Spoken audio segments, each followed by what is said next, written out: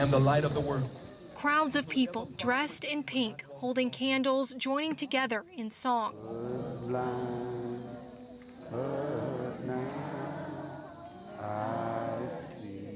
Gathering to honor 4-year-old Javeayah Harris. Many of the people here never met her. I want this child to experience the love that she was not able to experience while she was on this earth.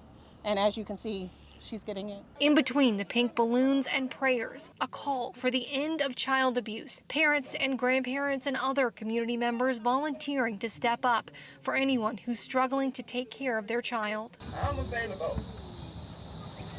So please speak up. If you can help, please let people know that you are available for help. I don't even know the baby, but I wish they could have gave her to me. I love kids. And harming a child, it's terrible. Javeayah's grandfather also attended the event. He shared one simple message about his daughter, who sits behind bars after confessing to being responsible for Javeayah's death. All I want to say is, I didn't raise her this way. I didn't do that.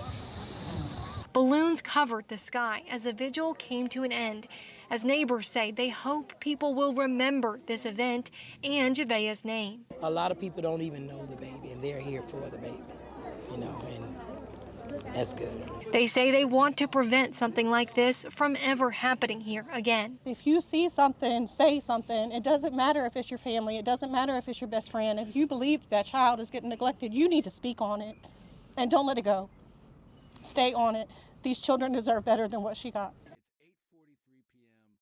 on June 30th in Aiken County, South Carolina. The heat of the day still hangs in the air, thick and humid. The kind of evening where porch lights start clicking on one by one down quiet residential streets, where families are sitting down to dinner or letting the last hour of daylight burn off before bed. On Hillsborough Street, a woman picks up her phone and dials 911. Aiken County 911. Emergency. Ma'am, I'm at. Ma'am. I can't find my baby. Her voice is steady. Yes, ma'am. She was outside playing, and I came out here after cooking dinner a little bit, and I'm looking for her, but I don't see her nowhere. All right. How old is this baby? She's 4. All right. What was she wearing? She has on pink Minnie Mouse pajamas, and she had me in pink beads. She had braids. Is she black, white, or Hispanic? She's mixed. Okay. How long ago did you see her, ma'am? When was the last time you saw her? I just came out here like no less than 20 or 30 minutes ago. I went in the house to cook dinner, and I told her it's time to come in once it starts getting dark. And when I came out here, Okay.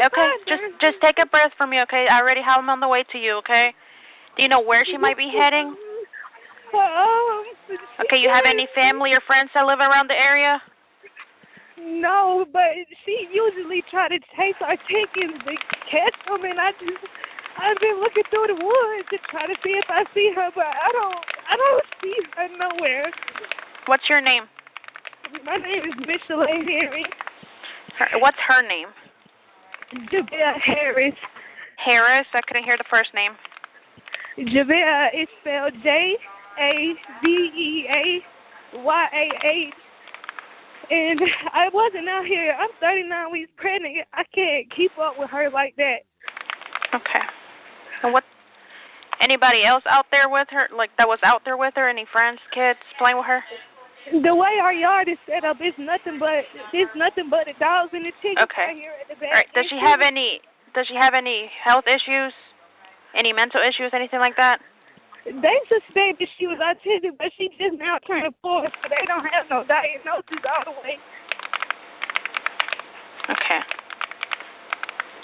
But she's very smart, though. She don't seem autistic. Does she talk? Yeah. She can carry a full conversation. Okay, you didn't see any vehicles before you went inside or anything like that? No, but what worries me is these crackheads that walk in his house behind the house. I don't know. I've always felt weird about them, and I don't know.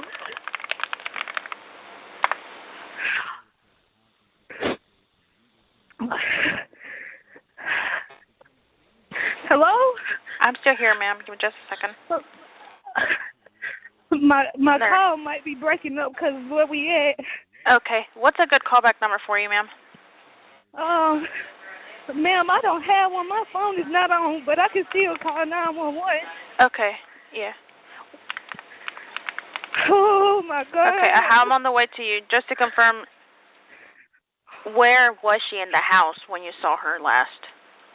No, she wasn't in the house, ma'am. She been playing outside today. And she asked me, can she play for a little bit more before it got dark? And I said yes. And I literally, her bath water is in the tub, ran, and dinner is cooking, and I came out here to get her, and I can't even find her. Okay, is there a certain place she likes to play outside? Usually in the chicken coop, and that's usually where I find her every day. And I just looked in here, and she's not in here. Okay. Is there any bodies of water nearby? I don't know, ma'am. Me and my husband just now purchased in this house. I don't know about this area much, but it's not a good area. I'll tell you that. It's not good.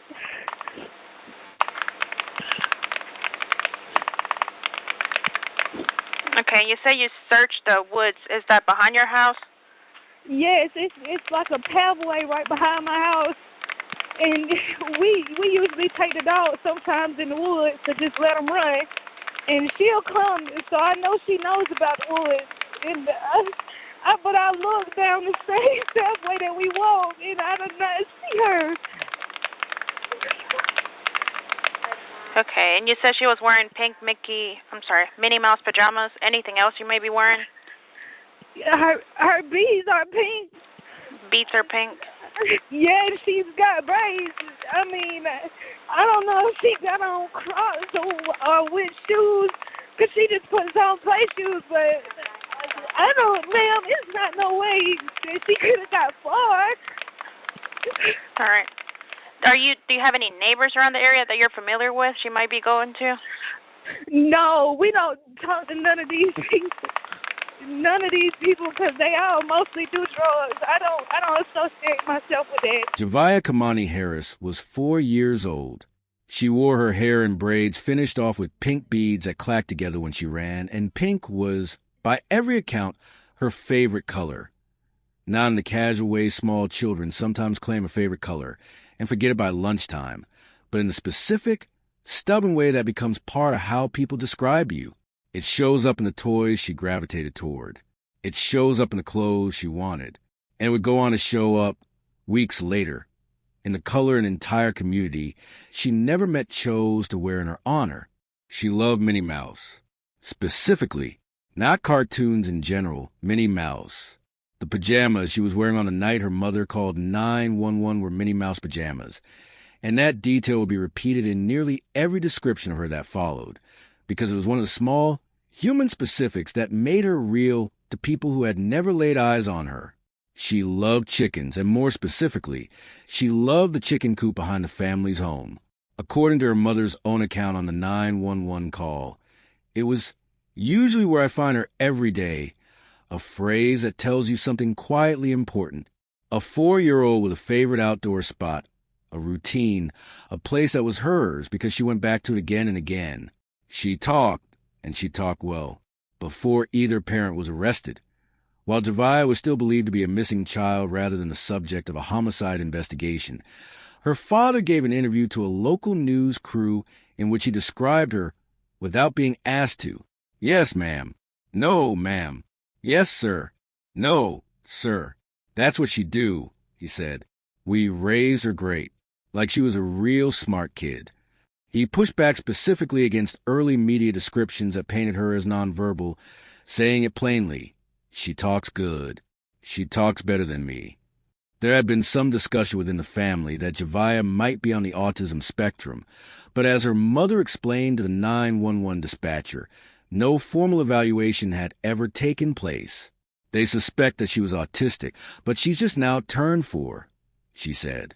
So they don't have no diagnosis all the way. In the same breath, she added, she's very smart, though. She don't seem autistic. She can carry a full conversation. She had, according to her father, None of the instinctive wariness that a lot of parents spend years trying to instill in their children. Not because she was reckless or unsupervised in some obvious way, but because she was warm. She said hello to people. She talked to strangers the way some 4-year-olds do before the world teaches them not to. Her father described it this way. It wasn't that she didn't understand the concept of stranger. It was that she simply didn't have the instinct to pull away from one.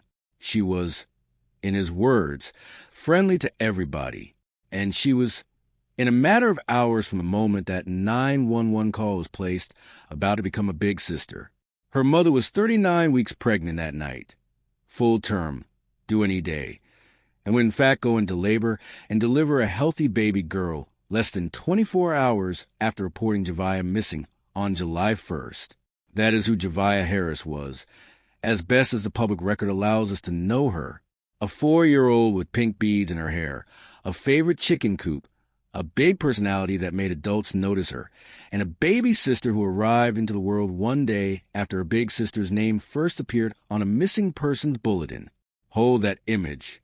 Everything that follows will ask you to carry it alongside facts that are extremely difficult to hear, and it is important that Javeayah stays a person to you the entire way through, not just a case file. The warrants say both parents confessed and showed Javeayah was injured through physical abuse. Seeing that pretty little girl's face, she didn't deserve that. Tonight, the 911 call, the warrants, and the Aiken County community grieving the little girl they all prayed for. As a parent and as somebody who has served in this community as a first responder, it is absolutely heartbreaking. Herring and Javeayah's father, 23-year-old Javeayah Harris, are charged with homicide by child abuse, and Herring is also charged with filing a false police report. And new tonight, arrest warrants say Herring caused severe head injuries to Javeayah through physical abuse and then disposed of her body at another location, which we'll get to very shortly. The documents also allege Harris knew about the injuries but did not seek medical attention.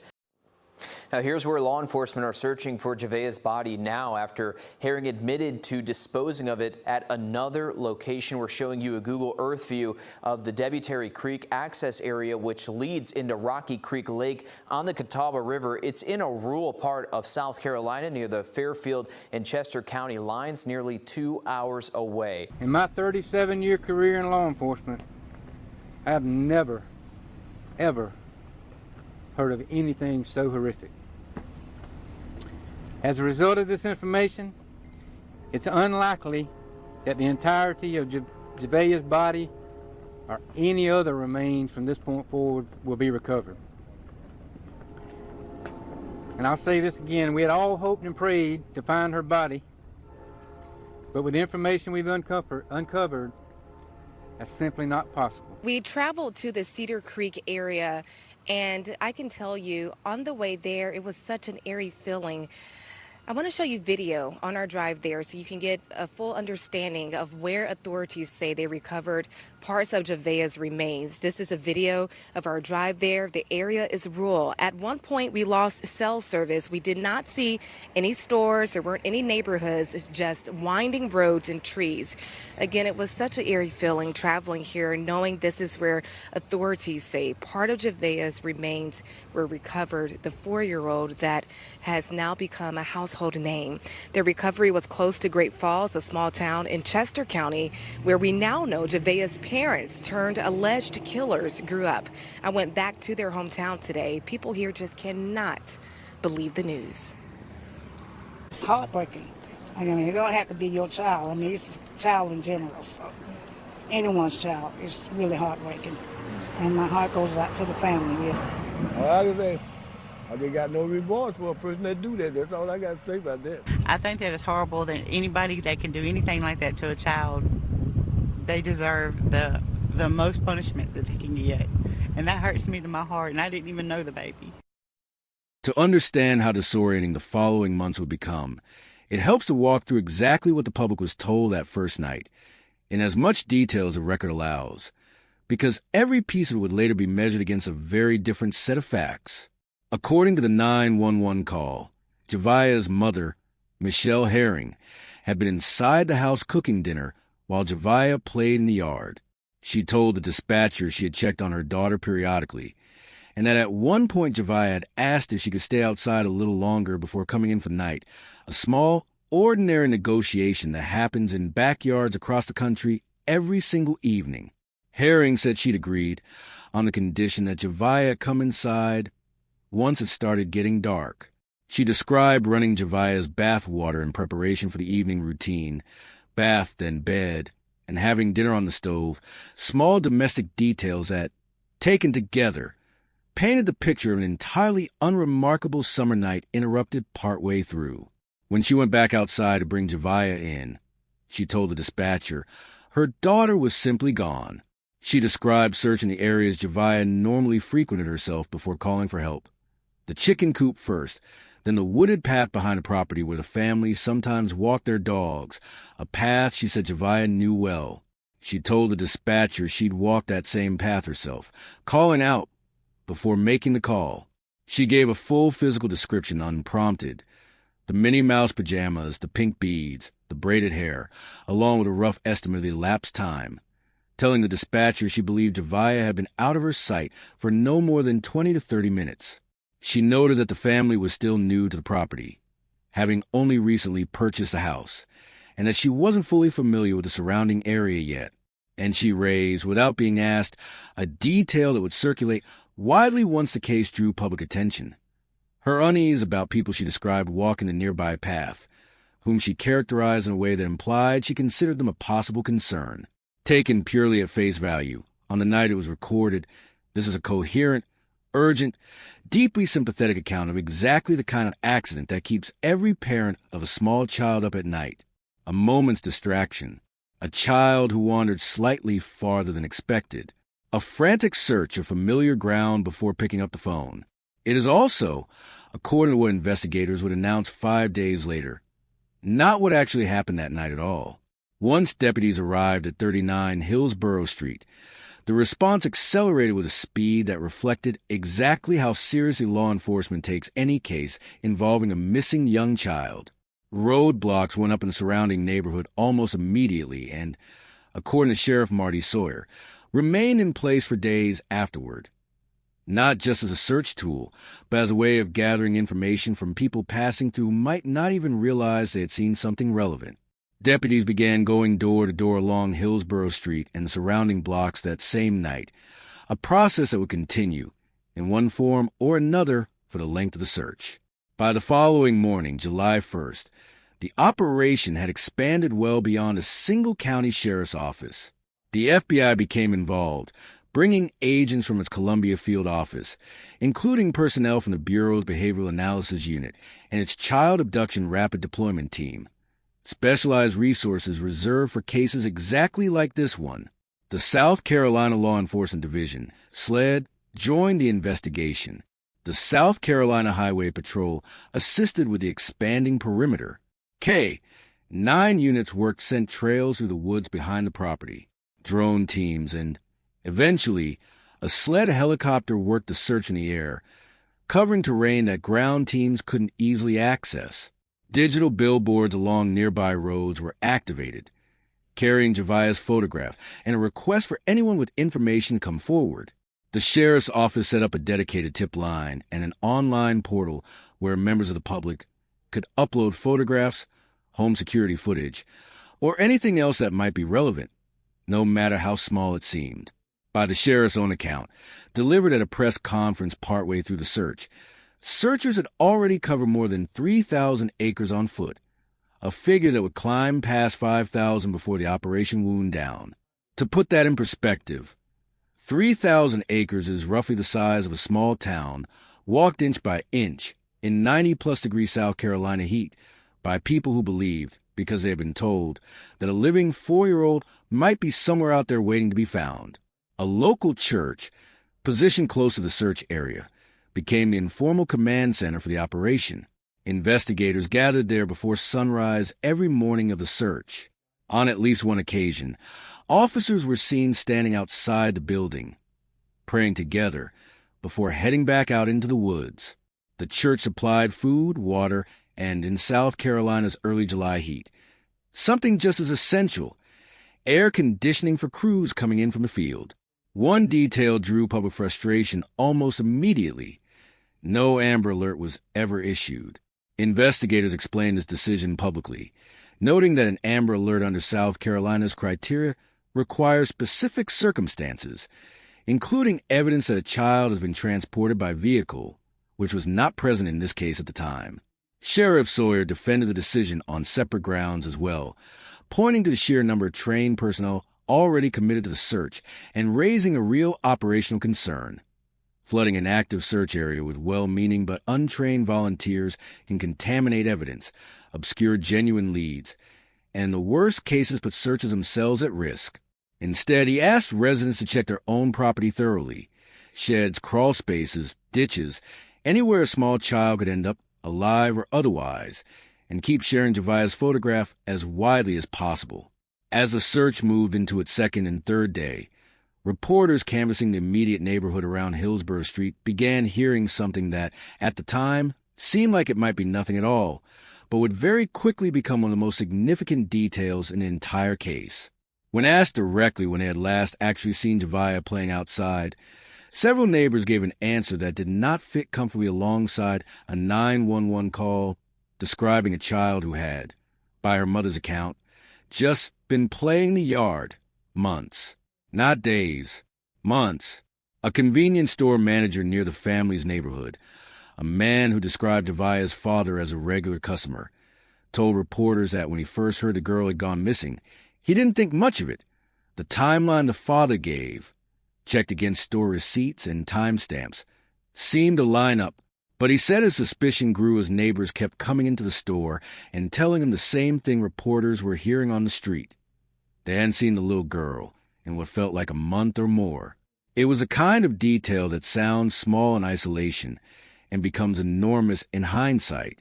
And once that detail surfaced, everything before it, the description on the 911 call, the interview with Javeayah's father, the entire premise the search had been built on, needed to be looked at again before either parent was arrested. While the public still believed this was an active search for a missing child, a local reporter conducted a phone interview with Javeayah Harris, Javeayah's father. Listening back to it now, with the benefit of everything investigators would later announce, several details take on a very different shape than they did in the moment. Harris described what sounded, at first, like an entirely unremarkable morning. He said he woke up around 5 o'clock. Javeayah was outside playing, and her mother was watching her, moving in and out of the house. He said he left the property sometime between 6 and 7 to run errands, picking up gas, drinks, cigarettes, and candy and cookies Javeayah had asked for.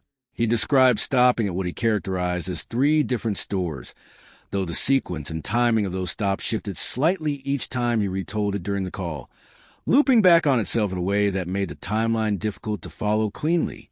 He said he ended up doing laundry near a Circle K convenience store, and it was there, he said, that he began noticing an unusually heavy police presence moving through the area, a detail he said he initially assumed had nothing to do with him. He described the exact moment the assumption fell apart. Seeing a police truck accompanied by a drone unit near his own street, speeding up as he got closer to home, and arriving to find, in his own words, a whole bunch of police already on scene. His first thought, he said, was that his girlfriend had gone into labor, since she was due any day. It was only after getting out of the car that he learned the search underway was for his daughter. Asked directly whether Javeayah had a history of wandering off, his answer was firm and immediate. No. He instead described her as unusually trusting, not reckless in his telling, but simply without the wariness that most children eventually develop around unfamiliar people. He described her as respectful, verbal, and sharp for her age, and pushed back specifically against early reporting that had characterized her as nonverbal or on the spectrum without qualification, saying that no formal diagnosis had ever been completed and that, in his experience, she talked better than he did. Asked how he personally was holding up through the search, his composure noticeably slipped. "Not knowing is killing me," he said. "You see stuff like this often, but you don't expect it to be you." The reporter who conducted that interview had arranged a follow-up, in-person conversation for later that same day, hoping additional detail and a face-to-face appeal might help generate leads for the ongoing search. According to that reporter's own account, given afterward, he called to confirm the meeting time, and the moment Harris realized who was calling, the line went dead. There was no rescheduling, no explanation, no further contact. 2 days later, both of Javeayah's parents were taken into custody. We want to be careful and fair here, because this is exactly the kind of detail that can be misread in either direction. People genuinely living through a crisis, even people who are entirely innocent of any wrongdoing, do not always give perfectly linear, tidy accounts of a traumatic day. Shock affects memory. Fear affects memory. None of that on its own is evidence of guilt, and we are not presenting it as such.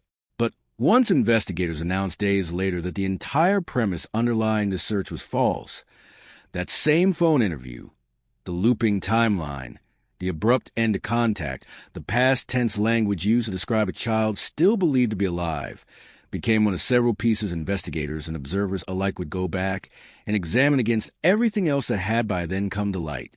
On the morning of July 4th, Independence Day, Sheriff Marty Sawyer stood in front of a bank of television cameras and delivered what he would later describe as one of the hardest announcements of his 36-year career in law enforcement.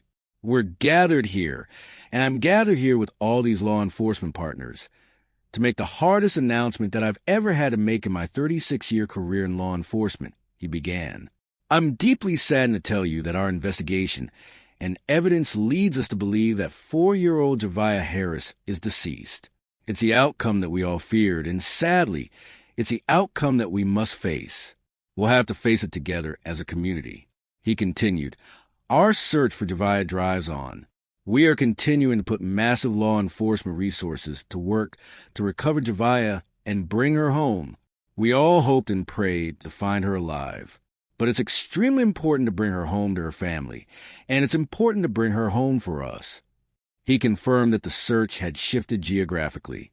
We are currently searching an area of interest right now, not in Aiken County, and I am not disclosing where that's at, he said, adding pointedly that Javeayah's body was where investigators believed it to be. It would be an extremely difficult location for anyone outside law enforcement to access, and asked the public not to attempt to. In the same appearance, Sawyer confirmed that both of Javeayah's parents, 23-year-old Javeayah Harris and 22-year-old Michelle Herring, had been arrested that morning. Both were charged with homicide by child abuse. Herring faced an additional charge of filing a false police report. Then came the detail that would reframe the entire case in the eyes of everyone who had spent the previous 4 days searching, praying, and sharing Javeayah's photograph. Sawyer told reporters plainly, sadly, the night of the 911 call on June 30th, when that call was made, it was already too late to save Javeayah. At this time, our investigation supports that she had been deceased for at least a month. Read that back slowly, because it is a single fact this entire case pivots on. A month. Every helicopter pass over those wooded acres. Every K-9 team working a scent trail in 90-degree heat. Every one of the roughly 200 officers, federal agents, and civilian volunteers who gave up days of their own lives to search more than 3,000 acres of South Carolina wilderness. All of it had been set into motion, according to investigators. By a phone call placed weeks after the child everyone was searching for had already died. The following day, the arrest warrants for both parents were made public. These are sworn legal documents, signed by a judge on the basis of probable cause, and the language inside them carries specific legal weight. It is worth reading them exactly as written, because the precision of that language matters. Michelle Herring's warrant for a homicide by child abuse alleges that she caused Javeayah's death through child abuse or neglect, and that the death occurred under circumstances demonstrating extreme indifference to human life. Specifically, by not seeking medical attention for Javeayah after knowing that the child had suffered an injury resulting from physical abuse. The warrant states this information was obtained through the defendant's own confession and her co-defendant's confession. The alleged period during which this abuse occurred is listed as between May 1st and June 15th of this year. Her second warrant, for filing a false police report, states that she reported to the Aiken County Sheriff's Office that her daughter was missing and possibly abducted by another person, and that this was determined to be false. According to the warrant, A search of the surrounding area and interviews conducted with witnesses established that no abduction had taken place. The warrant further states that Herring admitted to disposing of Javeayah's body at a location separate from the family home. Javeayah Harris's warrant carries the identical charge, homicide by child abuse, but alleges a legally distinct role. It does not claim he was the one who inflicted the initial injury. Instead, it alleges that he knew Javeayah had suffered a severe injury as a result of physical abuse committed by the child's mother, and that despite that knowledge, he failed to seek medical attention for her and later participated in concealing her death rather than reporting it.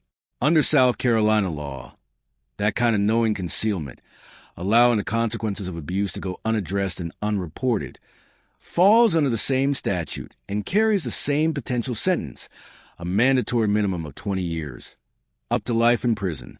Both warrants specify that this information came from the defendant's own confessions, and both note that this confession was, according to investigators, corroborated by additional evidence gathered during the investigation. Stripped down to its essential allegation, what the warrants describe is this. Investigators allege that sometime during a roughly 6-week window between the start of May and the middle of June, Javeayah suffered a serious physical injury as the result of abuse. They allege that neither parent sought medical treatment for that injury at any point, and they allege that she died as a result of that untreated injury weeks before either parent ever reported her missing to law enforcement for the length of that unaccounted-for month. According to what investigators would state publicly days later, her body remained inside the family home. On July 5th, the day after their arrests, both parents appeared separately before Magistrate Judge Ronald Thornton for their initial bond hearings. Neither had legal representation present, because both were charged with homicide by child abuse, a charge that under South Carolina law carries a mandatory minimum of 20 years and a maximum of life in prison. The magistrate court did not have jurisdiction to set bond on that charge at all. That decision would need to wait for a circuit court judge, who by law was required to hear the matter within 30 days. During her hearing, Michelle Herring told the court she was employed, earning approximately $1,300 every 2 weeks. Based on that stated income, the judge determined she made too much to qualify for a court-appointed public defender and would need to retain private counsel. She was informed, as every defendant is, of her full rights. The right to a jury trial, the right and obligation to attend every court proceeding, the consequences of failing to appear, including a bench warrant, trial in absentia, or additional charges, and, because the case will be heard in General Sessions Court, her right to request a preliminary hearing within 10 days of that appearance. A preliminary hearing, the judge explained, does not determine guilt or innocence. It exists solely to confirm whether probable cause exists to move the case forward to trial. Bond was denied. In his separate hearing that same day, Javeayah Harris told the court he had recently started a new job and had not yet received his first paycheck, making his income difficult to verify in the moment. Asked who else lived in the household, he answered plainly, his girlfriend. Then, after a brief pause, more quietly, he added, his child. Bond was denied for him as well. Both were given first formal court appearance dates in September. Herring set for the 18th, Harris's for the 19th, and both remained in custody at the Aiken County Detention Center, with no path to release while the mandatory circuit court bond review was pending. With both parents in custody, and with both having, according to the warrants, given statements to investigators, the entire nature of the operation shifted. This was no longer a search for a missing child who might still be found alive somewhere in the woods behind her own home. It became, instead, a recovery effort, a search for remains, guided by information investigators say came directly from the defendants themselves. That search relocated roughly 80 to 100 miles northeast of Aiken County, into Fairfield County, near the Chester County line, to a body of water known formally as Cedar Creek Reservoir, and known locally by a much simpler name, Stumpy Pond. Public access to the reservoir's boat ramp and surrounding entry points was closed entirely. Reporters and members of the public were kept well back from the sealed perimeter. SLED took the lead on the water itself. The South Carolina Department of Natural Resources brought in boats, ATVs, and a dedicated drone team. The Fairfield County Sheriff's Office, under Sheriff Montgomery, coordinated local support. Dive teams, according to Sheriff Sawyer's later description, spent hours and hours and hours working that reservoir. For several days, this portion of the investigation ran largely out of public view, hidden behind roadblocks, while journalists and residents used publicly available flight tracking data to monitor a sled helicopter making repeated, deliberate passes over the same stretch of water, the kind of pattern that suggested investigators already knew, in general terms, where to look. And then, on July 8th, the roadblocks came down, quietly, without a public announcement explaining why. Anyone who has followed a multi-agency search operation before knows what that kind of quiet stand-down usually signals. Searches don't typically wind down like that, because they came up empty. The confirmation of exactly what had happened came the following morning, in a press conference that would become the single most difficult moment of this entire case. On the morning of July 9th, Sheriff Marty Sawyer walked to a podium at the Aiken County Sheriff's Office. Standing behind him were members of his own staff, many of them wearing pink. Pink ties, pink ribbons, a small, deliberate gesture in honor of a 4-year-old girl whose favorite color, investigators had by then learned, was pink. Sawyer was visibly emotional from the opening line. This is one of the most difficult, deeply disturbing, and emotionally taxing investigations this office has ever worked, he said, and it's weighed heavily on our community. He described the previous week as heart-wrenching for everyone involved, while also acknowledging the extraordinary outpouring of community support that had accompanied the investigation from its earliest hours. Then he addressed directly how he intended and did not intend to refer Javeayah's parents going forward. Personally, there's some very harsh words that I would like to use about Jamariah and Michelle and their actions, he said. But I will not do that, and I will not do that to protect and maintain the integrity of this case. But I will tell you this. I will not refer to them as mom and dad or mother or father. They don't deserve that title. At one point in his remarks, seemingly unscripted, he said quietly, "We should have stopped the train," a phrase he did not elaborate on in the moment, and one that has stayed with nearly everyone who has followed this case closely since. Whatever he meant by it, it captured something about the emotional weight of watching an entire community pour 4 days of resources, hope, and effort into a search that, according to what investigators would say only minutes later, could never have ended the way everyone was praying it would. He then confirmed the discovery. "I can share that a few human remains were recovered in an area known as Cedar Creek Reservoir, also known as Stumpy Pond, in Fairfield County," he said. "These remains were immediately sent to the State Law Enforcement Division, and through analysis, the DNA of the remains are consistent with being the biological offspring of Jamariah and Michelle. Javeayah had been found, not in the way anyone had hoped, not in a condition that could offer her extended family the kind of closure a full recovery might have allowed. But she had been found. What Sawyer said next is, by his own account and by the account of nearly everyone who has covered this case since, the hardest part of this entire story to hear. I want to also share with you that through forensic evidence statements and analysis, extensive and deliberate efforts were made to destroy and conceal evidence following Javeayah's death," he said. "Our information reveals the use of corrosive chemicals and other tools that were used to accelerate the destruction of her little body. After this was completed, these 2 individuals poured what remains were left of Javeayah into the Cedar Creek Reservoir. These subjects went through great lengths to cover their repulsive and revolting actions. In my 37-year career in law enforcement, I've never ever heard of anything so horrific." He explained what this meant for the family going forward. As a result of this information, it's unlikely that the entirety of Javeayah's body, or any other remains from this point forward, will be recovered, he said. "We had all hoped and prayed to find her body, but with the information we've uncovered, that's simply not possible." He announced additional charges that morning. Both Michelle Herring and Javeayah Harris now face count of destruction and desecration of human remains, added on top of the existing homicide by child abuse charges. And for Herring, on top of the existing charge of filing a false police report. He closed by thanking the agencies involved by name: the State Law Enforcement Division, the South Carolina Department of Natural Resources, Sheriff of Montgomery, and the Fairfield County Sheriff's Office, and by asking the community one more time to pray. Pray for Javeayah and her extended family, our staff, all these other law enforcement agencies, and this community, he said.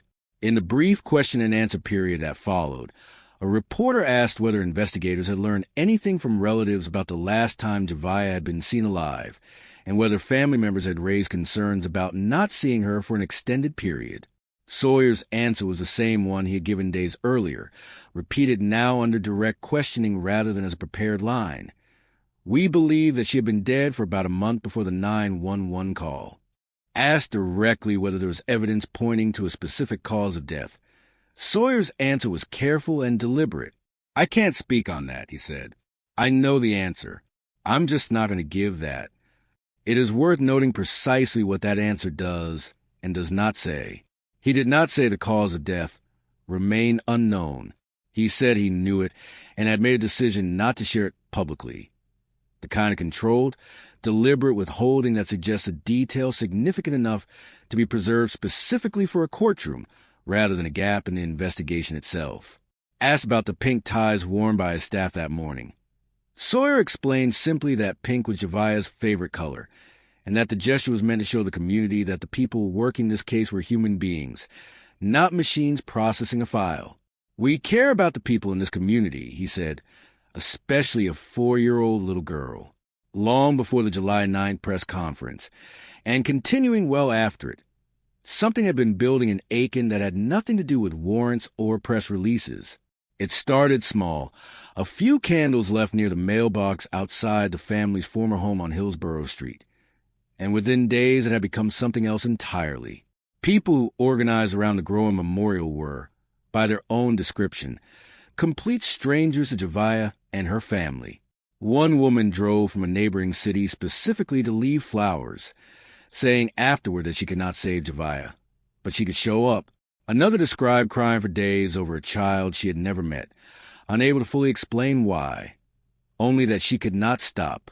A local restaurant owner, on the morning Sheriff's order, confirmed Javeayah was believed to be deceased, spent that 4th of July preparing dozens of meals and driving them out to the search crews working in Fairfield County, telling reporters simply that she was part of the community, and that reason enough. Vigils followed in multiple towns, most of them organized with no formal sponsor at all. A flyer circulated, and hundreds of people showed up. One vigil in downtown Aiken ended with a walk to the Hillsborough Street Memorial. Another, in a neighboring county where Javeayah's parents had once lived, asked attendees to bring teddy bears. A bicycle giveaway for children in the region was organized in her honor. A local church that had served as a search's staging area throughout the week kept its doors open, and residents gathered there simply to be together, not for any formal service, on the 1-week anniversary of the case's opening. None of this was coordinated from any official channel. It grew, piece by piece, out of people who saw what had happened to a 4-year-old in their community and decided that silence, or simply moving on with their week, was not an option. They showed up in pink. They brought Minnie Mouse stuffed animals because that is what she loved. They left teddy bears, flowers, candles, balloons, and handwritten notes for a little girl most of them had never had the chance to know. A petition also began circulating the days following the July 9th announcement, calling for stronger legislation aimed at cases in which a child's death is deliberately concealed and a false report is filed to cover it up. Advocacy that has, in some circles, come to be referred to informally as Javeayah's Law. The proposal, as described by supporters, would treat the deliberate concealment of a child's death used to redirect law enforcement resources as a distinct and more seriously punished offense, separate from ordinary false report statutes, specifically because of how many public resources and how much community trust such a deception exploits. As of this recording, that effort continues to gather public support, though no bill has yet been formally adopted. It's worth pausing here to explain, plainly and without editorializing, what the charge of homicide by child abuse actually means under South Carolina law, because it is meaningfully different from a standard murder charge, and understanding that distinction helps explain both why two people with different alleged roles can face the identical charge, and what a jury would eventually be asked to decide if this case goes to trial.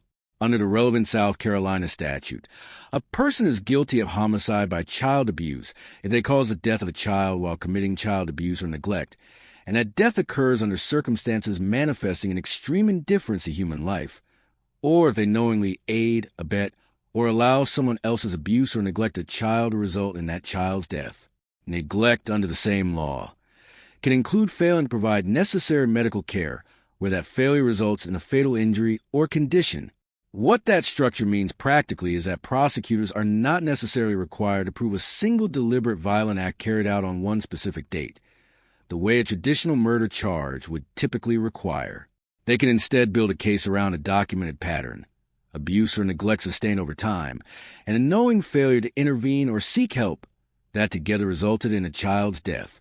That is a meaningfully different legal question than simply asking who committed one specific violent act on one specific day, and it opens a door to a different category of evidence.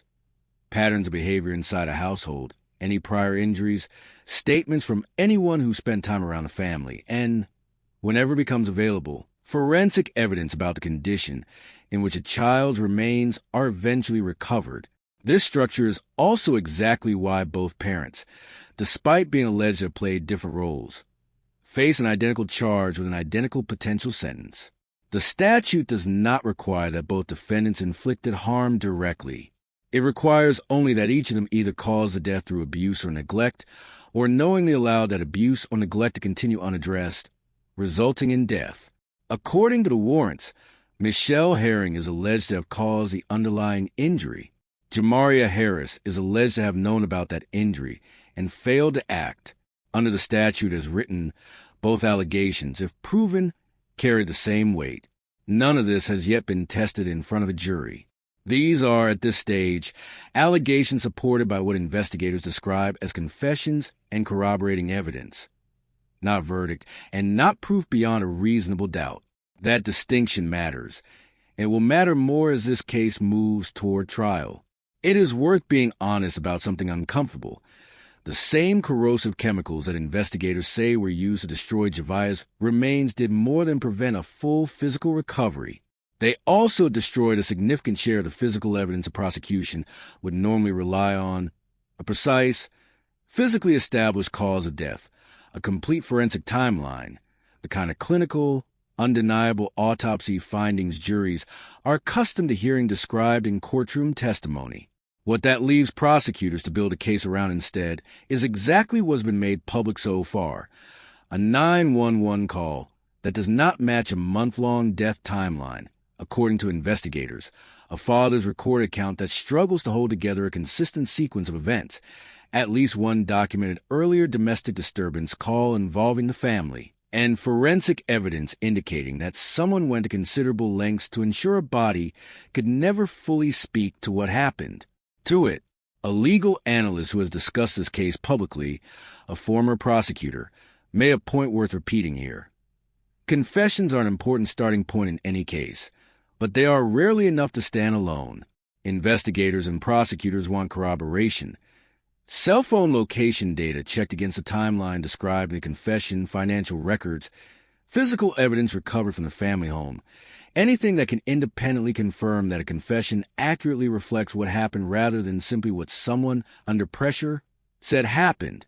Defense attorneys, once retained or appointed, will have every legal right to challenge how those confessions were obtained, whether both defendants were properly informed of their rights beforehand, whether their statements were made voluntarily, and whether anything said under stress or in an interrogation setting can be relied upon at trial the same way it might read in a warrant. There is also a very real possibility, raised by the same analyst, that a defense strategy in a case like this would focus less on denying that abuse occurred and more on disputing the ultimate cause of death itself.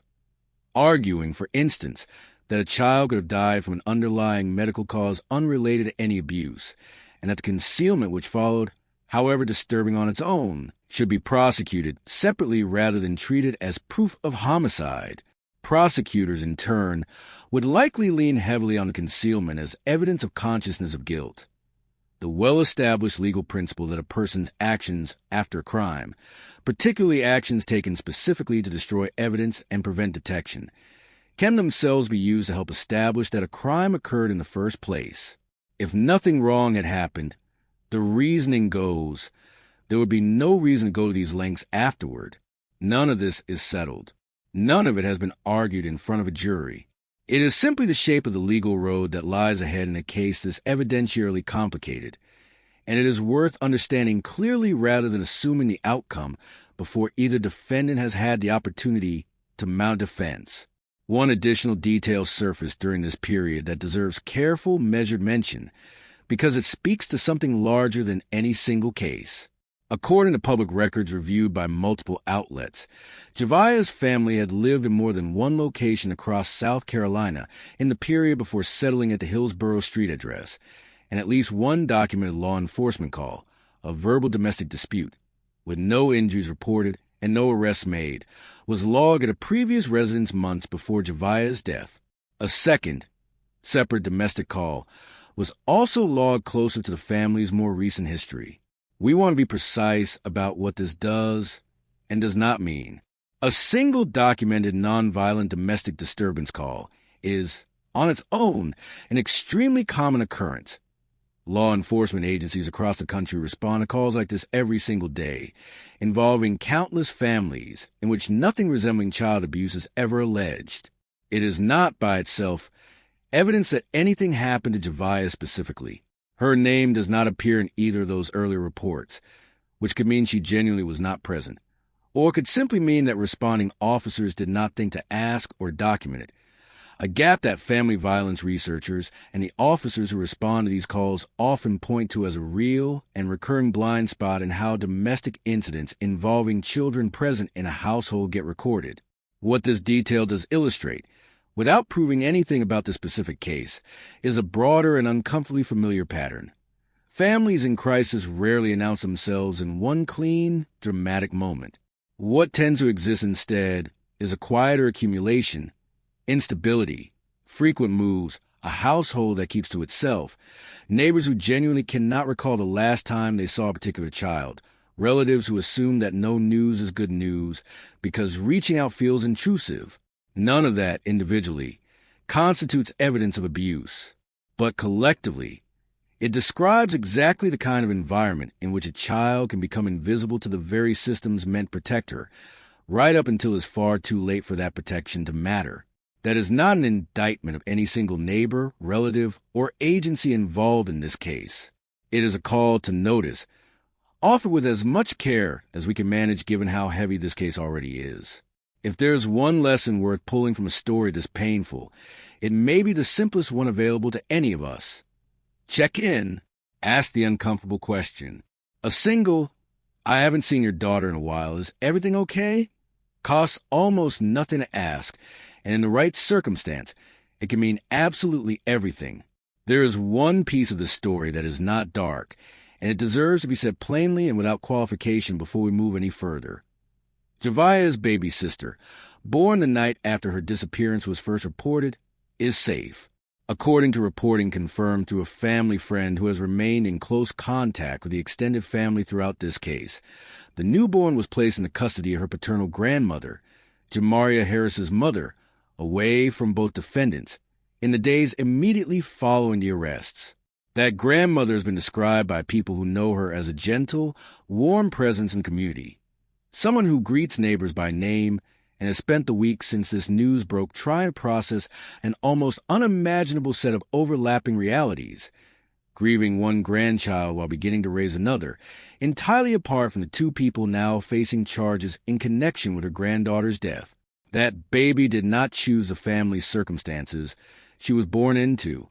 She had no say in any of it, and by every account available, she is now growing up somewhere entirely separate from the two people named in these warrants, under care of a family member of the community, describes with consistent warmth. Whatever else this case takes from the people who love Javeayah, that much, at least, appears to be settled, and it is the one part of this entire story that should bring some genuine relief. As this case has moved from an active search into a slower legal process, the questions being asked publicly have shifted as well, away from where is she and toward something harder to answer cleanly. How does something like this go unnoticed for so long? And what, if anything, could realistically have been done differently? Some of those questions are aimed squarely at systems rather than individuals. Should officers responding to a domestic disturbance call be required, as standard procedure, to formally document every child living in a household, whether or not that child is mentioned by the adults involved? In this case, 2 separate law enforcement contacts occurred at addresses connected to this family in the months before Javeayah's death, and her name does not appear in either report. Reasonable people can disagree about whether that reflects a genuine absence or simply a documentation gap, but the question itself, what would it take to close that gap going forward, is one that child welfare advocates in South Carolina and elsewhere have been raising with renewed urgency since this case became public. Other questions are aimed at the broader systems meant to catch situations like this before they become irreversible: mandatory reporting requirements for schools, medical providers, and social services; how frequently families with young children who are not yet school-age fall outside the normal contact points that might otherwise surface concern; and what resources exist or should exist for families under visible strain, financial instability, frequent relocation, documented domestic conflict, long before any allegation of abuse ever reaches a courtroom. None of these questions have easy answers, and none of them are the responsibility of this case alone to resolve. But they are the kind of questions that outlive any single set of warrants, and they are worth sitting with honestly rather than letting the news cycle move past in the moment the next court date arrives. As of this recording, here is exactly where this case stands, stripped down to what has actually been confirmed on the public record. Michelle Herring, 22 years old, remains in custody at the Aiken County Detention Center. She faces charges of homicide by child abuse, filing a false police report, and destruction and desecration of human remains. Bond has been denied at the magistrate level on every charge, pending mandatory review by a circuit court judge. Javeayah Harris, 23 years old, also remains in custody at the Aiken County Detention Center. He faces charges of homicide by child abuse and destruction and desecration of human remains. Bond has likewise been denied at the magistrate level, pending the same circuit court review. Neither defendant has retained private counsel or been formally appointed a public defender as of the most recent proceedings on record. That question will need to be resolved before their scheduled first formal court appearances in September. Herring's on the 18th, Harris's on the 19th. Investigators have stated publicly that additional charges remain possible as the investigation continues, and that the Second Circuit Solicitor's Office is actively working with the Aiken County Sheriff's Office to build the prosecution moving forward. Recovery efforts at Cedar Creek Reservoir have concluded, with Sheriff Sawyer stating directly that a full recovery of Javeayah's remains is considered unlikely given the extent of the destruction investigators say was carried out before her body was disposed of. Javeayah's newborn sister remains safely in the custody of her paternal grandmother, and the extended family is asked, through Sheriff Sawyer, for privacy and space as they continue to process everything that has unfolded over the past several weeks. That is the entirety of what can be stated as confirmed on the record as of today. Everything beyond it, the exact cause of death, the full content of either confession, the precise sequence of events inside that home during the alleged 6-week window, remains something investigators have deliberately chosen not to disclose publicly, almost certainly because it is being preserved for a courtroom rather than a press conference. It is worth asking, honestly, why a case like this one has resonated so widely, well beyond the borders of Aiken County, in a country that unfortunately sees far too many child abuse cases pass through its courts every single year without national attention. Part of it is almost certainly the scale of the deception described in the warrants, the idea that an entire community, an entire multi-agency law enforcement response, hundreds of volunteers, and a national audience following along online could all be, according to investigators, responding in good faith to a fabricated emergency for a child who had already been gone for weeks. There is something uniquely disorienting about that kind of reversal, The realization that people were not too late to save a child in the way they feared, but that the entire premise they were operating under may never have reflected reality at all. Part of it is Javeayah herself, the specific, human details that made her real to strangers from the very first 911 call. The pink beads, the Minnie Mouse pajamas, the chicken coop she loved, a father's insistence, before any of this came to light, that she talked better than he did. Those are not the kind of details a case file usually preserves, but they're exactly the kind of details that make a stranger 1,000 miles away decide to leave a candle outside a house they will never actually visit. And part of it, honestly, is the discomfort of sitting with a question this case has not yet answered and may never fully answer. How does something like this happen in plain sight, in an ordinary neighborhood, to a child described by everyone who knew her as bright, verbal, and loved by the people around her, without anyone outside the household catching it in time? That is not a comfortable question. It is not meant to be, but it is the question this entire story ultimately turns on, and it is one worth sitting with honestly rather than resolving too quickly into easy anger or easy distance, as though a case like this could only ever happen somewhere else, to people entirely unlike anyone we know. We want to be direct about the limits of what can responsibly be said at this stage, because a case this serious deserves restraint as much as it deserves attention. We do not know the specific cause of death, because investigators have stated publicly that they know it and have deliberately chosen not to disclose it. We do not know the full content of either parent's confession, only the portion summarized in the language of the arrest warrants. We do not know precisely what evidence investigators use to corroborate those confessions beyond the general categories described publicly: cell phone data, physical evidence from home, and the eventual DNA match at Cedar Creek Reservoir. We do not know what defense strategy either attorney, once retained, will ultimately pursue, or how a jury, if this case reaches trial, will ultimately weigh the evidence against the legal standard of proof beyond a reasonable doubt.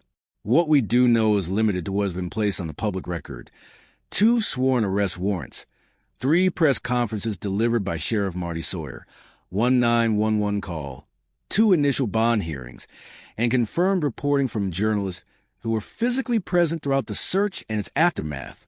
Everything in this video has been built from those sources, and nowhere in it have we claimed more certainty than that record actually supports. Overwhelming in the to community, understand this turning case to each fully, other tonight, it helps to understand where this family was before Aiken, because the address on Hillsborough Street was not the beginning of their story. It was, according to public records reviewed by multiple outlets, there were hundreds one of stop from in this a longer community pattern and of far movement. beyond it, showing up Javeayah's tonight packed, parents, shoulder to Javeayah shoulder, Harris and arms Michelle overflowing Herring, with stuffed were 23 animals, and 22 balloons, years old respectively candles, at the time of the gifts arrest. to remember Young enough Javeayah. that they had entered I adulthood, watched strangers already hold carrying one of strangers, life's family largest lean on family, responsibilities, and something that raising a stuck young out to child, me at the and were preparing to memorial take on all a week second. stuck out to me Public tonight, records too. indicate the So family many had little lived in at least kids one crying, other South Carolina holding location parents, in the period before seemingly knowing Aiken, a truth in an that they area couldn't roughly possibly 2 hours from where understand. Javeayah's Tonight, remains this would community eventually be sang together recovered. church That hymns, earlier in address, closing, of course, according to with confirmed amazing reporting, grace. was the Prayers subject ringing of out at for least Javeayah one and for documented this domestic extended disturbance family. call, Javeayah's described by grandfather, responding Michele's officers father, as was in verbal in attendance. nature, His remarks were with short, no injuries but he reported said and of no his arrests daughter, made. quote, A second, "She wasn't raised separate that domestic way." call was logged closer Tears, to the family's music, and move into balloons Aiken released County. to the We sky want to be impromptu exact at the about end. what these records The group do migrating to the and house do not establish. to grow the Domestic memorial at disturbance Javeayah's calls house of this kind, with all of their verbal gifts that disputes, they've no been visible injuries, receiving no criminal charges since filed, Sunday. I spoke to are an one neighbor extremely who said common this occurrence, and community countless is families what who they've experience been one in go on need to have of no further this whole time. contact with law. Wish that we had this, before now, where she would have lived her sweet life as a child should, with so much love and so much care. We'll never forget her. Never. She's our baby. She all belonged to us. Between 2 adults did not think to ask whether children lived in the household or did not document it if they did. Family violence researchers who study these patterns note that this is a real and recurring gap in how domestic calls are handled nationally, one that a case like this one has renewed public conversation around. What we can say with more confidence is that both parents were employed at the time of Javeayah's death. Michelle Herring worked for a communications company, earning approximately $1,300 every 2 weeks, according to her own statement in court. Javeayah Harris had recently begun a new position with a logistics company, though he told the court he had not yet received his first paycheck at the time of his arrest. On paper, this was a young, working couple, expecting their second child, living in a modest home they had only recently purchased. Nothing in that surface description would have flagged concern to anyone observing from the outside. But beneath that surface picture sat a pattern of relocation, at least one documented dispute, and, according to neighbors interviewed once this case became public, a household that largely kept to itself in each place it lived. That is the backdrop investigators were working with well before a single 911 call was ever placed. And it is the kind of backdrop that, in case after case like this one across the country, tends to become visible only in hindsight, 1 week after Javeayah's disappearance was first reported. Even after both parents were already in custody and the recovery effort had shifted to Fairfield County, investigators returned to the Hillsborough Street property itself. On the evening of July 7th, deputies arrived and secured the perimeter with crime scene tape, this time working the home and the surrounding property not as a search for a missing child, but as a methodical evidence collection operation. Reporters stationed nearby that evening described a scene that unfolded over roughly 4 hours. Investigators moved in and out of the house carrying evidence bags. Yellow numbered evidence markers were placed at multiple points across the yard. A team worked through the wooded area behind the house with what appeared to be an archaeological sifter, passing dirt and debris through it by hand. At one point, investigators were seen removing a large object wrapped in tarp, along with what appeared to be pieces of cloth, from the home. A law enforcement source confirmed to local media that this operation was specifically focused on evidence collection connected to building the criminal case, and was separate and distinct from the ongoing recovery effort at Cedar Creek Reservoir, 2 operations running in parallel on the same case, in 2 different counties. Staff from the Aiken County Coroner's Office were present as well, with a chief deputy coroner confirming only that his office was accompanying the sheriff's office at the property that evening, without elaborating further. When asked directly what investigators were looking for, a sheriff's office spokesperson gave the kind of careful, limited answer that has characterized nearly every public statement in this case. We have an ongoing investigation, and we cannot release every detail in this investigation. Outside the tape, the memorial that had grown at the edge of the property continued to grow alongside the investigation itself.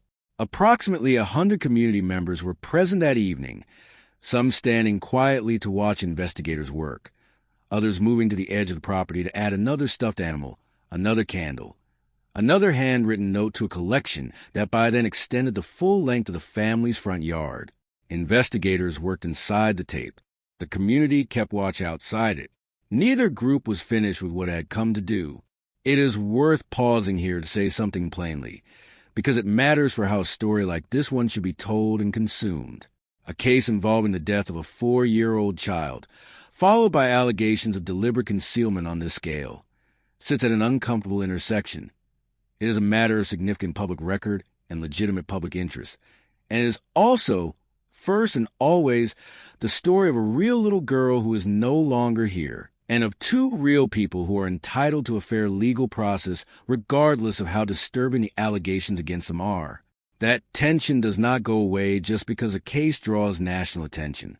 Sheriff Sawyer himself acknowledged it directly in his final press conference, explaining that there were words he personally wanted to use about Javeayah's parents that he would not use publicly, specifically because doing so could jeopardize the integrity of a prosecution that has not yet gone to trial. That restraint is not softness.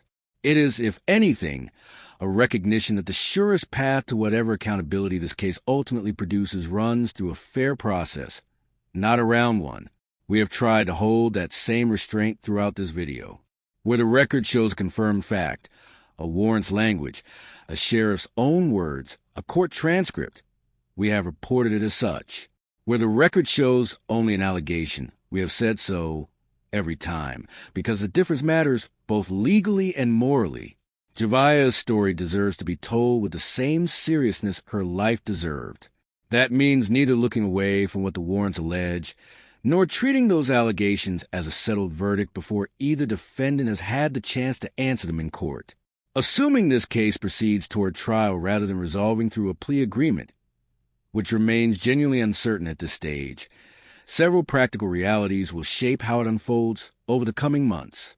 The Circuit Court bond review, required by law within 30 days of the initial hearings, will determine whether either defendant becomes eligible for release while awaiting trial and under what conditions. Given the severity of the charges and the language used in the warrants describing extreme indifference to human life, legal observers following this case have suggested it would be surprising for bond to be granted, though that determination ultimately rests with the Circuit Court judge assigned to hear it. Both defendants will need to resolve the question of legal representation before their scheduled September court appearances, whether that means retaining private counsel, as Herring's stated income required, or being formally appointed a public defender in Harris's case, pending resolution of his financial qualification. Once counsel is in place, the preliminary hearing process becomes available to either defendant, offering a first opportunity for evidence to be tested, at least in a limited form, in front of a judge rather than presented only through press conferences and sworn warrants. If this case ultimately proceeds to a jury trial, one of the more difficult practical questions will be whether an impartial jury can realistically be seated in a community that has followed this story as closely and as publicly as Aiken County has. Legal analysts who have discussed cases of comparable regional attention have pointed to the likelihood of individual voir dire, a process in which potential jurors are questioned one at a time about what they've seen or heard about a case, and whether they believe they can set that exposure aside and judge the evidence presented at trial fairly. Whether that process can produce a jury capable of doing so in a case with as much public visibility is itself an open question the court will eventually need to answer. None of this changes the presumption of innocence either defendant is entitled to under the law. It only describes the mechanical, procedural road that lies between where this case stands today and wherever it is ultimately resolved, a road that, in cases of the seriousness, often takes many months, sometimes longer, to travel. There is a temptation, in any case like this one, to resolve the discomfort of it by deciding it could only ever happen far away, to people entirely unlike anyone in our own lives. That instinct is understandable. It is also, according to nearly everyone who studies cases like this one professionally, precisely backwards. Javeayah Harris did not disappear from a hidden, isolated property at the edge of nowhere. She disappeared, according to the timeline investigators believe, in plain sight, in an ordinary neighborhood, in a house her family had only recently purchased, in a community where neighbors waved at each other and convenience store clerks knew customers by name. What made her invisible, if the warrants are accurate, was not distance or secrecy in any dramatic sense. It was a far quieter, far more common failure of a household keeping to itself for long enough, and a community assuming that no news, in the absence of any clear reason to ask otherwise, meant good news. That is the uncomfortable, ordinary truth sitting underneath an extraordinary case. It is also, painfully, the most useful thing the story can offer anyone watching it. Not a lesson about monsters living somewhere else, but a reminder that the small, mildly awkward act of checking on a child you haven't seen in a while costs almost nothing and occasionally means everything.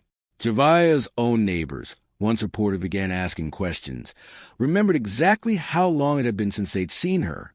The tragedy is not that they didn't notice. It's that noticing on its own, without anyone acting on it, was never going to be enough.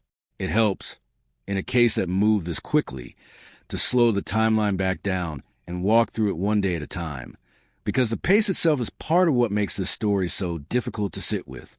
From the moment Javeayah was first reported missing to the moment her parents were arrested, only 4 days passed. From arrest to the confirmation of her remains, only 5 more. Tuesday, June 30th, just before 8:43 p.m., the 911 call is placed from 39 Hillsborough Street. Deputies respond within minutes. By that night, the Aiken County Sheriff's Office has already released Javeayah's photograph and physical description to the public and to local media, and the first roadblocks go up in the surrounding neighborhood. Wednesday, July 1st. By mid-morning, the search has expanded well beyond local resources. The FBI, SLED, and the South Carolina Highway Patrol joined the operation, alongside several other regional agencies. Search teams begin working a grid pattern across the wooded acreage surrounding the property. That same day, unknown to the public at the time, Michelle Herring gives birth to Javeayah's baby sister. Thursday, July 2nd. The Aiken County Sheriff's Office addresses growing public questions about why an Amber Alert had not been issued, explaining that the case did not meet the specific legal criteria required. Most notably, the absence of any evidence that Javeayah had been taken by vehicle. By this point, more than 3,000 acres have been searched. A press conference is held that afternoon, and the Sheriff's Office shares additional ways for the public to submit tips, along with a request that anyone share Javeayah's photograph as widely as possible. Friday, July 3rd. Roughly 48 hours after Javeayah was last reportedly seen, law enforcement states publicly that there is no evidence she was abducted, and that investigators believe it remains possible she wandered away from the property on her own. Search efforts continue to focus on the wooded areas and waterways nearest the home. Saturday, July 4th, Independence Day. Sheriff Marty Sawyer delivers the announcement that reframes the entire case. Investigators now believe Javeayah is deceased and believe she has been for approximately 1 month. Both parents are arrested that morning and charged with homicide by child abuse, with Herring facing the additional charge of filing a false police report. The public search for a missing child officially becomes a homicide investigation and a recovery effort. Sunday, July 5th. Both parents appear separately before Magistrate Judge Ronald Thornton for initial bond hearings. Bond is denied for both, pending mandatory circuit court review within 30 days. That same evening, a candlelight vigil is held near the family's home, the first of several that would follow over the coming days. Monday, July 6th through Tuesday, July 7th, the recovery search shifts geographically, moving roughly 80 to 100 miles northeast into Fairfield County, near the Chester and Fairfield County line, to an area around Cedar Creek Reservoir. Public access to the reservoir's boat ramp is closed. SLED, the South Carolina Department of Natural Resources, and the Fairfield County Sheriff's Office begin an intensive multi-day search of the water using dive teams, boats, ATVs, and a drone unit. On the evening of the 7th, investigators simultaneously return to the Hillsborough Street property itself for a separate, hours-long evidence collection operation. Wednesday, July 8th. The roadblocks at the Fairfield County Reservoir access point are quietly lifted without public explanation. Reporters and residents tracking the situation note the change and correctly anticipate that an announcement is likely the following day, Thursday, July 9th. Sheriff Marty Sawyer confirms that human remains recovered from Cedar Creek Reservoir have been identified through DNA analysis as consistent with Javeayah. He describes the use of corrosive chemicals and tools to destroy her remains before they were disposed in the reservoir, states that a full recovery is now considered unlikely, and announces additional charges of destruction and desecration of human remains against both parents. 10 days. That is the entire span of this case as is played out in public so far, from a 911 call describing a missing child playing near a chicken coop, to a sheriff standing in front of his own staff, dressed in pink, explaining that the child in question had already been gone for a month before that call was ever placed. Very few cases move through that much devastating information in that short window, and it is worth sitting with how disorienting that pace must have been for the people living through it in real time. The searchers who spent days in heat, the family members waiting for any word at all, and a community that went from hoping for a rescue to mourning a loss to learning the true scope of what had allegedly been done, all inside the span of about a week and a half. Of everything filed in this case, the charge that has generated the most public confusion, and, for many following the case closely, the most frustration, is destruction and desecration of human remains. Under South Carolina law, this offense exists separately from homicide charges, and it carries its own distinct and comparatively modest penalty range, a mandatory minimum of 1 year, up to a maximum of 10 years in prison. It is a charge specifically tied to what happened after Javeayah's death. the corrosive chemicals, the tools, the disposal of what remained into Cedar Creek Reservoir. For many people who have followed this case as it has unfolded, that penalty range feels strikingly small measured against the conduct it is meant to address. The homicide by child abuse charge carries 20 years to life. The desecration charge, describing conduct a 37-year law enforcement veteran called the most horrific thing he has encountered in his career, carries a fraction of that exposure on its own. Advocates pushing for the legislation sometimes referred to as Javeayah's Law have pointed to exactly this gap as part of their argument, that deliberately destroying a child's remains to prevent identification and fabricating a missing person report to redirect an entire community's search efforts functions as a kind of shield against full accountability. The more thoroughly evidence is destroyed, the harder it becomes to establish an exact cause of death, and the more a case may end up resting on desecration and concealment charges that were never designed to carry the same weight as the underlying loss of a child's life. It is important to note that the desecration charges in this case do not stand alone. They are filed alongside, not instead of, the homicide by child abuse charges against both defendants, and a conviction on the homicide charge alone would carry a mandatory minimum of 20 years regardless of what happens with the lesser charge. But the broader point being raised by advocates is a structural one, aimed less at the specific case and more at how the law treats concealment and destruction of evidence in cases involving a child's death generally. Whether the penalties currently on the books adequately reflect what is actually at stake when someone chooses to destroy a child's body rather than report what happened to her. That is a policy conversation, not a legal argument being made inside the specific prosecution, and it is one that has clearly been shaped in real time by the details of exactly this case. It's worth taking a moment to talk about Sheriff Marty Sawyer himself, not because this story needs another central figure beyond Javeayah, but because the way he delivered this news says something true about the weight this case carried for the people whose job it was to work it, not just the people watching from home.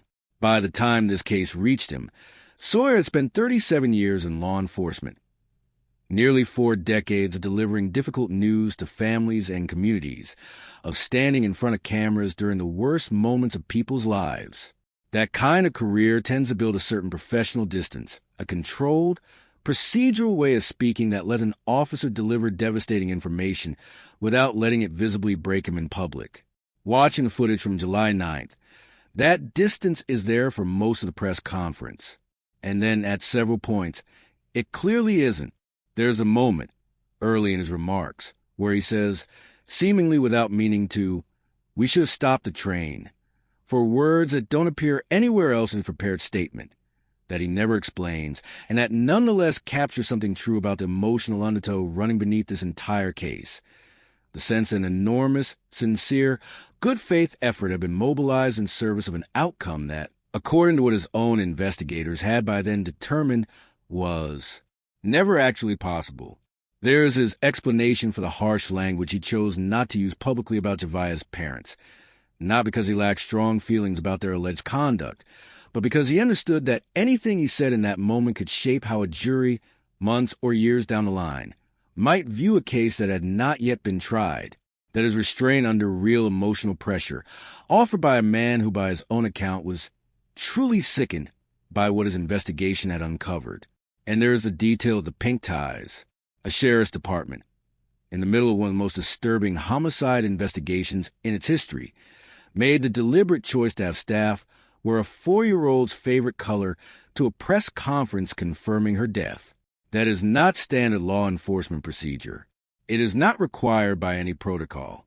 It is plainly a group of professionals choosing to grieve publicly and visibly alongside a community they serve, because, as Sawyer put himself, we care about the people in this community, especially a 4-year-old little girl. None of that changes a single fact of this case, and none of it is offered here as anything more than what it is, a small window into how deeply this particular investigation affected the people who carried it from a 911 call to a set of arrest warrants to a reservoir 80 miles from where it began. Whatever this case ultimately resolves into in a courtroom, the record shows that the people tasked with investigating it took the weight of it seriously, all the way through, and did not treat Javeayah as a case number at any point along the way. We want to end this the way we try to end every one of these updates. Not with the warrants, not with the reservoir, not with the sheriff's hardest press conference in 37 years of service. With her, Javeayah Harris, 4 years old, pink beads woven into her braids, the kind that click softly together when a child runs across a backyard toward a chicken coop she loves more than any other spot on the property. Minnie Mouse pajamas, chosen because they were her favorite, worn on what should have been just another ordinary summer night. A little girl who, by her own father's account, taught better than most of the adults around her. Full sentences, real conversations, the kind of verbal confidence that made strangers notice her and made the people who loved her brag about her without even being asked. A little girl who was, within 24 hours of the moment the world first heard her name on a missing persons bulletin, about to become a big sister. A little girl whose favorite color became, in the space of a single devastating week, the color an entire community she never met chose to wear in her memory. On ties clipped to sheriff's deputies' uniforms, on ribbons pinned to strangers' shirts, on balloons tied to a mailbox outside a house that will likely never feel the same to anyone who passes it again. She should have started kindergarten in a year or so, the way most 4-year-olds do, walking into a classroom for the first time with a backpack too big for her and a nervous kind of excitement that every parent remembers from their own children. She should have had birthdays that stacked up one after another until they blurred together to the way childhood birthdays do. She should have had the chance to know her baby sister, to be the big sister who teaches her things, annoys her, protects her, the way siblings do.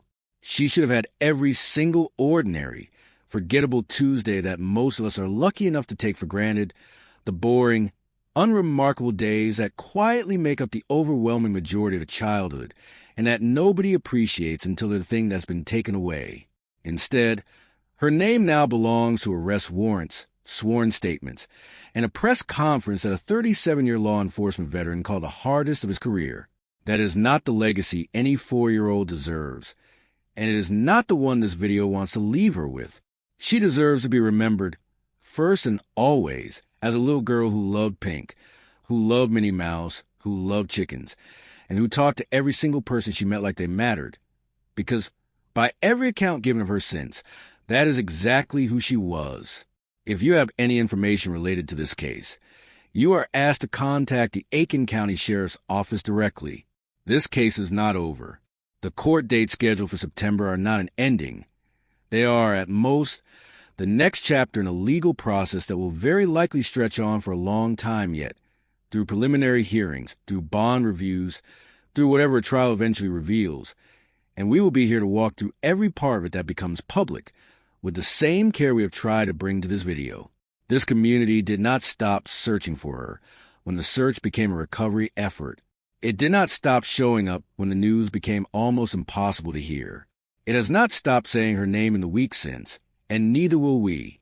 Rest easy, Javeayah. You matter to people who never even had the chance to meet you, and that matters more than it might seem. Before we close this update out, a few things worth saying directly, because a case like this one tends to leave people with more questions than answers, and more feelings than they know what to do with. If you have information connected to this case, anything at all, no matter how small it might seem, the Aiken County Sheriff's Office has asked that it be directed to them through official channels rather than shared only in comment sections or social media posts. Tips matter more when they reach investigators directly. If you're watching this from South Carolina or from anywhere near the communities this case has touched and you've been personally affected by it, we genuinely like to hear from you in the comments, not for content, but because this channel exists specifically to keep cases like this one from fading out of public memory the moment the news cycle moves on. If this case has stirred up something heavier for you than curiosity, grief, anger, a personal memory of your own, please take that seriously. You don't have to sit with it alone, and you don't have to carry it the way this community in Aiken has had to carry it. If you know a family that seems to be struggling, isolated, or under visible strain, this case is, if nothing else, a reminder that reaching out costs very little and can occasionally mean everything. You do not need to be certain something is wrong to check in. You only need to be willing to ask. We'll continue following this case as it develops. The September court dates, any bond decisions from the circuit court, any additional charges that may be filed, and whatever comes next as this moves toward trial. If you want to be here for those updates, subscribe and turn on notifications, because we intend to walk through every part of this that becomes public record with the same care we try to bring to this video from the very first minute.